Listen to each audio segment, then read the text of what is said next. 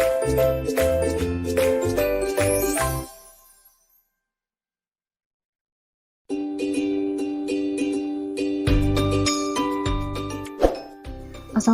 adik-adik kelas 2, selamat datang kembali ya di channel kakak. Kali ini kakak akan membahas pelajaran tematik kelas 2, subtema 4, pembelajaran 5. Beni pergi ke Papua bersama Edo, keluarganya bermusyawarah. Akhirnya keluarga sepakat pergi ke Raja Ampat. Musyawarah merupakan contoh sikap yang baik, karena sesuai sila keempat Pancasila. Buatlah pertanyaan tentang teks percakapan. Mintalah temanmu menjawabnya. Misalnya pertanyaan, apa tujuan musyawarah? Jawaban, untuk mendapatkan kesepakatan bersama. Diskusikan bersama temanmu. Contoh sikap yang baik. Sikap yang sesuai sila keempat Pancasila di tempat wisata. Tuliskan hasil diskusimu. Tuliskan di dalam bagan berikut. Sikap sesuai sila keempat Pancasila, yang pertama, bermusyawarah untuk menentukan tempat tujuan wisata. Yang kedua, mematuhi jadwal kunjungan sesuai kesepakatan. Yang ketiga, tidak memaksakan kehendak dalam mengatur jadwal kunjungan di tempat wisata. Dan yang keempat, berdiskusi untuk menentukan waktu pulang dari tempat wisata. Selanjutnya, ayo bercerita. Bagaimana hasil diskusimu? Coba ceritakan pengalamanmu. Pengalaman menerapkan sila keempat Pancasila. Ayo ceritakan pengalamanmu. Pengalaman menerapkan sila keempat Pancasila, terutama di tempat wisata. Beni dan Edo pergi ke Raja Ampat. Beni dan Edo ditemani keluarga besar Edo. Sepupu Edo banyak. Jadi, Edo dan sepupunya mengadakan lomba. Lomba tentang mendarat di tanah. Lomba ini diikuti antar anak. Perhatikan gambar berikut. Apa gerak dasar dalam lomba? Terutama yang dilakukan Beni. Gerak dasarnya adalah mendarat. Bagaimana caranya yang benar? Perhatikan gambar berikut. Lakukan sesuai arahan gurumu. Gambar yang pertama, berlari melewati rintangan ban, lalu melompat dan mendarat dengan satu kaki. Gambar yang kedua, bermain lompat tali, yaitu melompat untuk melewati rintangan tali yang diputar dan mendarat dengan kedua kaki. Gambar yang ketiga, melompat untuk melewati rintangan balok dan mendarat dengan kedua kaki. Gambar yang keempat, melompat seperti katak, lalu mendarat dengan kedua kaki dan tangan. Selanjutnya, ayo mencoba. Edo meminta tolong kepada kakak sepupunya. Kakaknya bernama Oride. Oride disuruh menjadi juri. Bacalah teks percakapan berikut. Edo berkata, "Bang, bolehkah meminta tolong?" Jawab Oride, "Boleh." "Meminta tolong apa, Dik?" Jawab Edo, "Bang, Edo ingin berlomba lompat palang. Apakah abang mau menjadi jurinya?" Jawab Oride, "Baiklah kalau begitu, bersiaplah untuk menjadi pemenang." Edo menjawab, "Oke bang, terima kasih ya bang." Ya, selanjutnya diskusikan bersama teman sebangkumu. Diskusi tentang makna ungkapan meminta tolong. Kata-kata ini dari teks percakapan. Ceritakan dengan kalimatmu sendiri. Ya, contohnya, ungkapan meminta tolong pada teks percakapan di atas adalah, apakah abang mau menjadi jurinya? Makna dari ungkapan meminta tolong tersebut adalah Edo meminta tolong kepada Oride untuk menjadi juri dalam lomba lompat palang. Ya, selanjutnya, subtema 4, pembelajaran 6. Beni pergi ke Pontianak. Beni mengunjungi pamannya. Paman mengajak Beni bakti sosial di Tugu Katulistiwa. Di Tugu ada orang yang mengecat, ada yang memungut sampah, ada juga orang yang memotong rumput. Beni bertugas mencabut rumput. Beni bersama pamannya dan beberapa orang lainnya. Amatilah gambar di atas. Bakti sosial merupakan sikap yang baik, sikap yang sesuai sila kelima Pancasila. Buatlah pertanyaan tentang teks percakapan. Mintalah temanmu untuk menjawabnya. Misalnya pertanyaan, mengapa kegiatan tersebut dilakukan secara bergotong royong? Jawaban, supaya pekerjaan lebih ringan dan cepat selesai. Selanjutnya, ayo mencoba. Perhatikan gambar berikut. Kegiatan bakti sosial merupakan contoh sikap yang baik karena sesuai sila kelima Pancasila. Berikanlah centang pada gambar yang menunjukkan contoh sikap sila kelima. Gambar yang pertama, gemar melakukan kegiatan kemanusiaan dengan memberi bantuan kepada korban bencana alam. Hal ini sesuai dengan sila kedua Pancasila dan tidak sesuai dengan sila kelima Pancasila. Yang ini kita silang. Yang kedua, pada gambar terlihat tidak mau menolong teman yang sedang kesulitan. Hal ini tidak sesuai dengan sila kelima Pancasila. Jadi kita silang. Gambar yang ketiga, memberi bantuan kepada yang membutuhkan atau fakir miskin. Hal ini sesuai dengan sila kelima Pancasila. Gambar yang keempat, melakukan kegiatan gotong royong membersihkan lingkungan. Hal ini sesuai dengan sila kelima Pancasila. Gambar yang kelima, hidup hemat dengan cara menabung. Hal ini sesuai dengan sila kelima Pancasila. Ini juga kita centang ya adik-adik. Gambar yang keenam, bergaya hidup mewah. Terlihat seorang anak perempuan sedang memakai perhiasan yang berlebihan. Hal ini tidak sesuai dengan sila kelima Pancasila. Yang ini kita silang. Selanjutnya, ayo bercerita. Bagaimana hasil diskusimu? Ceritakan pengalamanmu menerapkan sila kelima Pancasila, terutama ketika kamu di rumah. Nah, di sini kakak beri contoh ya adik-adik, contoh sikap menerapkan sila kelima di rumah antara lain menabung, membagi tugas membersihkan rumah secara adil dengan saudara. Nah, di sini adik-adik bisa menceritakan pengalamannya ya. Ya, selanjutnya Beni berkata, teman-teman, coba ingat kembali pengalamanmu, pengalaman melakukan kegiatan sesuai sila kelima Pancasila. Siti berkata, sudah ingat? Coba ceritakan di depan kelas agar kamu dapat berbagi pengalaman sesuai sila kelima Pancasila.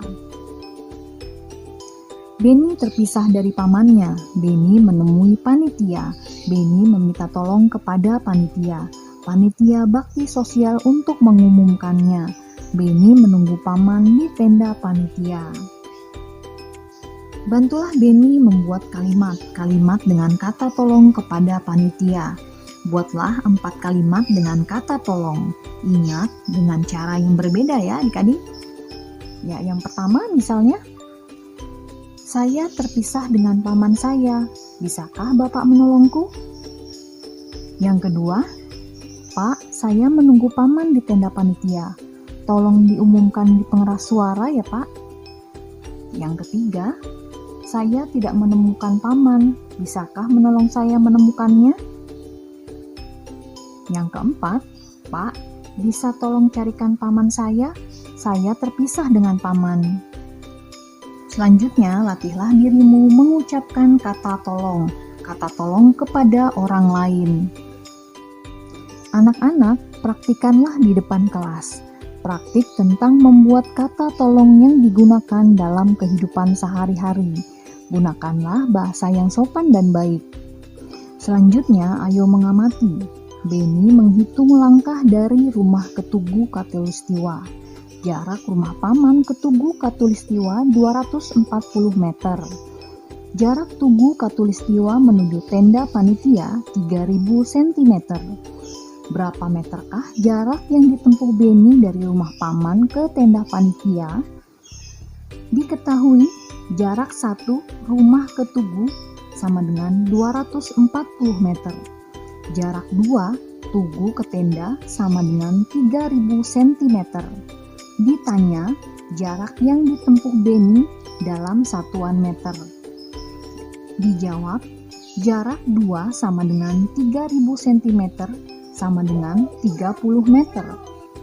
Jarak tempuh sama dengan jarak 1 ditambah jarak 2 sama dengan 240 meter ditambah 30 meter sama dengan 270 meter. Jadi jarak yang ditempuh Beni adalah 270 meter. Selanjutnya, ayo berlatih. Kerjakanlah soal cerita berikut. Yang pertama, jarak rumah Paman Beni ke Tugu Katulistiwa 24.300 cm. Jarak Tugu Katulistiwa menuju tenda panitia 29 meter. Berapa sentimeter jarak yang ditempuh Beni? Diketahui jarak 1 rumah ke Tugu sama dengan 24.300 cm. Jarak 2 Tugu ke tenda sama dengan 29 meter. Ditanya jarak yang ditempuh Beni dalam satuan sentimeter. Dijawab, jarak 2 sama dengan 29 meter sama dengan 2.900 cm. Jarak ditempuh sama dengan jarak 1 ditambah jarak 2 sama dengan 24.300 cm ditambah 2.900 cm sama dengan 27.200 cm. Jadi jarak yang ditempuh Beni adalah 27.200 cm. Yang kedua, jarak rumah Paman Beni ke Tugu Katulistiwa 239 meter. Jarak Tugu Katulistiwa menuju tenda panitia 2.750 cm. Berapa meter jarak yang ditempuh Beni? Diketahui jarak 1 rumah ke Tugu sama dengan 239 meter. Jarak 2 Tugu ke tenda sama dengan 2.750 cm. Ditanya jarak yang ditempuh Beni dalam satuan meter. Dijawab, jarak 2 sama dengan 2.750 cm sama dengan 27,5 meter. Jarak tempuh sama dengan jarak 1 ditambah jarak 2 sama dengan 239 meter ditambah 27,5 meter sama dengan 266,5 meter. Jadi jarak yang ditempuh Beni adalah 266,5 meter. Yang ketiga, panjang tali plastik untuk membuat kapling 3,5 meter. Sambungannya 2.500 cm. Berapa meter panjang tali plastik yang dibutuhkan? Diketahui panjang tali plastik 1 sama dengan 3,5 meter. Panjang tali plastik 2 sama dengan 2.500 cm. Ditanya panjang tali yang dibutuhkan dalam satuan meter. Dijawab, tali 2 sama dengan 2.500 cm sama dengan 25 meter. Panjang tali yang dibutuhkan sama dengan tali 1 ditambah tali 2 sama dengan 3,5 meter ditambah 25 meter sama dengan 28,5 meter. Jadi panjang tali yang dibutuhkan adalah 28,5 meter. Yang keempat, panjang kayu pembatas untuk pengikat tali berbeda-beda. Panjang kayu yang satu 1,58 meter. Panjang kayu lain 163 cm. Kedua kayu digabungkan. Berapa sentimeter panjang kedua kayu? Diketahui panjang kayu 1 sama dengan 1,58 meter. Panjang kayu 2 sama dengan 163 cm. Ditanya panjang kedua kayu dalam satuan sentimeter. Dijawab, kayu 1 sama dengan 1,58 meter sama dengan 158 cm. Panjang kedua kayu sama dengan kayu 1 ditambah kayu 2 sama dengan 158 cm ditambah 163 cm, sama dengan 321 cm.